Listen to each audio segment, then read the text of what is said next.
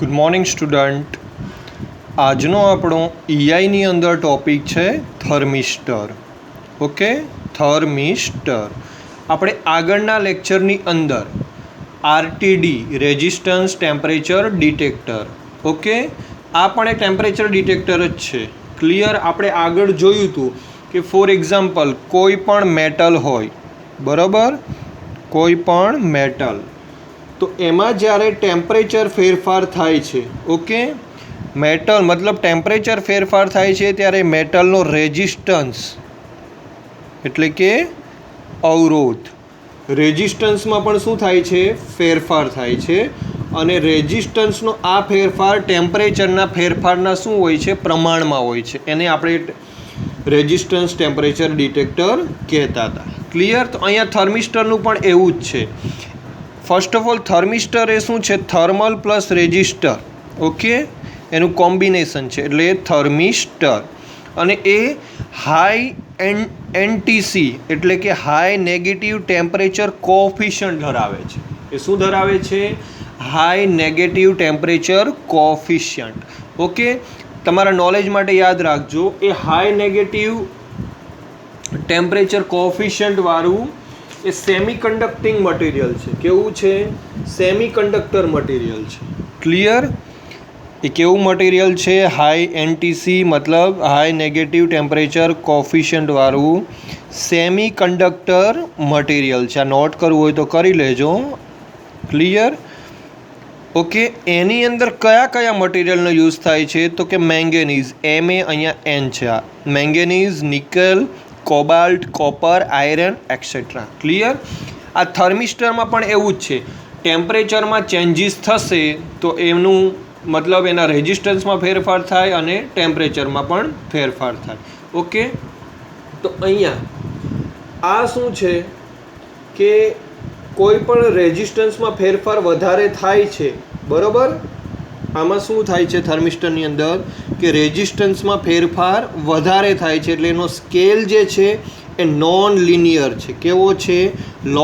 Non linear એટલે રેખીય નથી. ક્લિયર?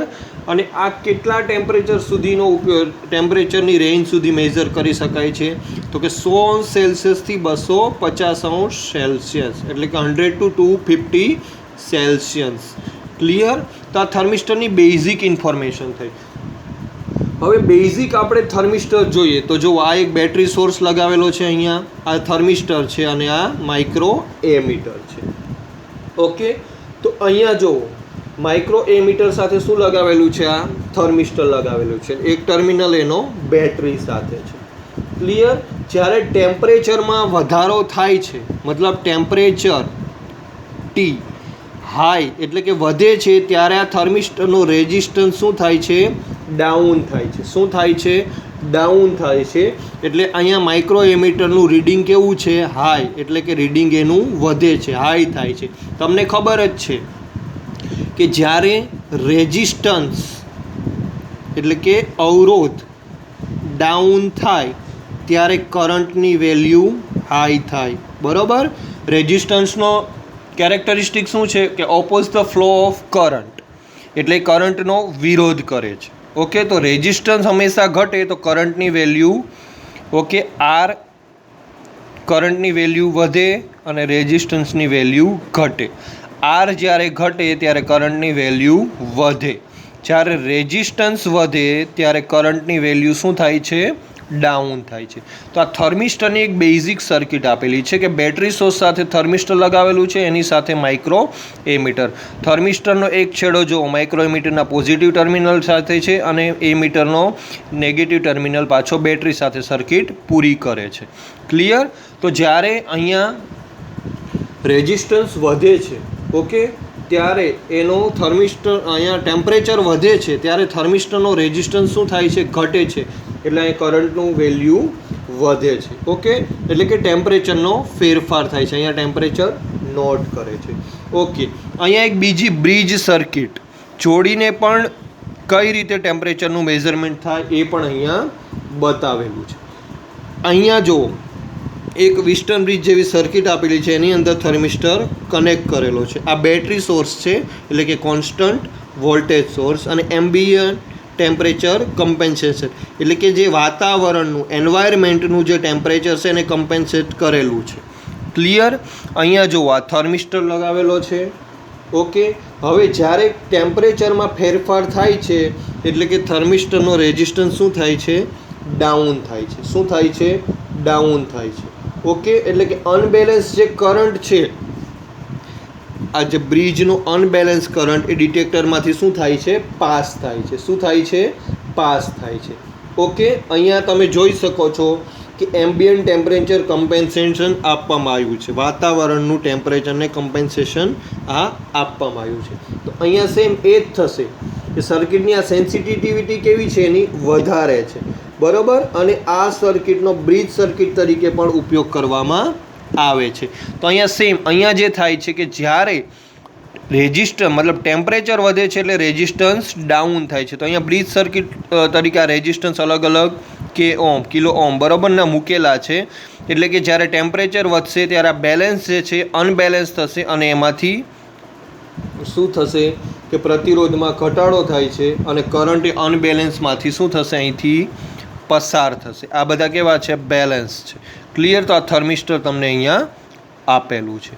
તો આ થઈ ગઈ થર્મિસ્ટરની વાત. તો આપણે આગળના લેક્ચરમાં આરટીટી જોયું હતું, રેજિસ્ટર ટેમ્પરેચર ડિટેક્ટર. તો થર્મિસ્ટરનું પણ એ જ કામ છે કે ટેમ્પરેચરનું મેઝરમેન્ટ કરવા માટે. બરાબર? હવે થર્મિસ્ટરની વાત કરીએ તો ઘણા પ્રકારના થર્મિસ્ટર હોય છે. રોડ શેપ હોય છે, વોશ શેપ હોય છે, બીડ શેપ હોય છે, ડિસ્ક શેપ હોય છે, પ્રોબ શેપ હોય છે. ઓકે, થર્મિસ્ટર ઘણા બધા ટાઈપના હોય છે. Rod shape, disc shape,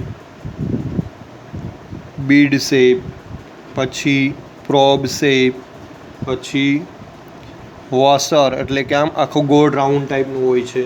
okay, હવે તમે જોવા જાઓ થર્મિસ્ટરનો મેઇન એડવાન્ટેજ શું છે? તો કે એક તો એની સાઇઝ કેવી છે? સ્મોલ છે. બરાબર? અને લાઇટ ઇન વેઇટ, એ કેવું છે? વજનમાં પણ હળવું છે. ક્લિયર? અને વેરી ઇકોનોમિકલ છે. એટલે કે વેરી ઇકોનોમિકલ એટલે કે એની કોસ્ટ પણ એટલી બધી હાઈ નથી. ઓકે, અને એનું કન્સ્ટ્રક્શન તમે જોવા જાઓ તો એવું કોઈ કોમ્પ્લિકેટેડ નથી, સિમ્પલ છે. એનું કન્સ્ટ્રક્શન પણ કેવું છે? સિમ્પલ છે. એનો મેઇન ડિસએડવાન્ટેજ શું છે?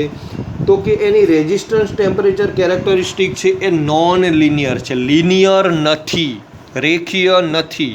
બરાબર? એની રેઝિસ્ટન્સ ટેમ્પરેચરની કેરેક્ટરિસ્ટિક છે કેવી છે? નોન લિનિયર છે. આરટીડીમાં શું થતું હતું કે મેટલના જ્યારે ટેમ્પરેચરમાં ફેરફાર થતો હતો, ઓકે, ત્યારે એનો રેઝિસ્ટન્સમાં પણ ફેરફાર થતો હતો. એ બંને સમપ્રમાણમાં હતું. અહીંયા ટેમ્પરેચર વધે છે તો રેઝિસ્ટન્સ શું થાય છે? ડાઉન થાય છે. એટલે એની કેરેક્ટરિસ્ટિક કેવી મળે છે? ટેમ્પરેચર અને રેઝિસ્ટન્સની નોન લિનિયરની. બરાબર? અને મેક્સિમમ આની ટેમ્પરેચર લિમિટ અપ ટુ કેટલી છે? મેક્સિમમ તો કે 400°C ટેમ્પરેચર સુધી મેજરમેન્ટ કરી શકે.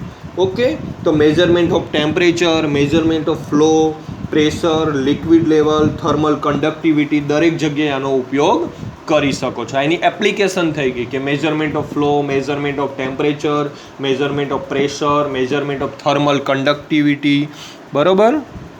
મેજરમેન્ટ ઓફ થર્મલ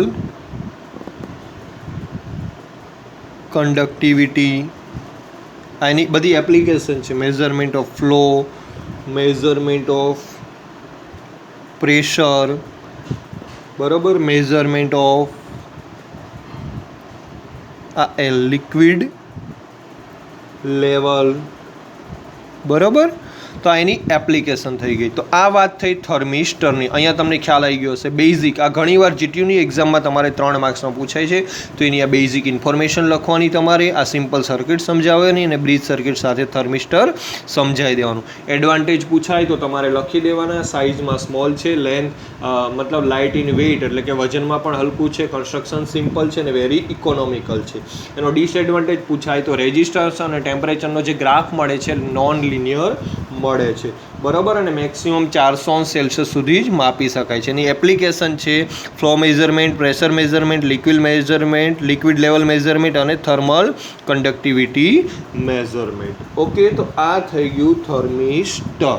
તો આપણે અહીંયા ટેમ્પરેચર રિલેટેડ બે ટ્રાન્સડ્યુસર જોયા, આરટીડી અને થર્મિસ્ટર. આ બંને તમારે એક્ઝામની અંદર વારંવાર પૂછાય છે અને મોસ્ટ ઇમ્પોર્ટન્ટ છે કે measurement of temperature using RTD, measurement of temperature using thermistor. Okay, તો બંને થિયરી તમારે 3 to 4 માર્ક્સની અંદર એક્ઝામમાં આવે છે.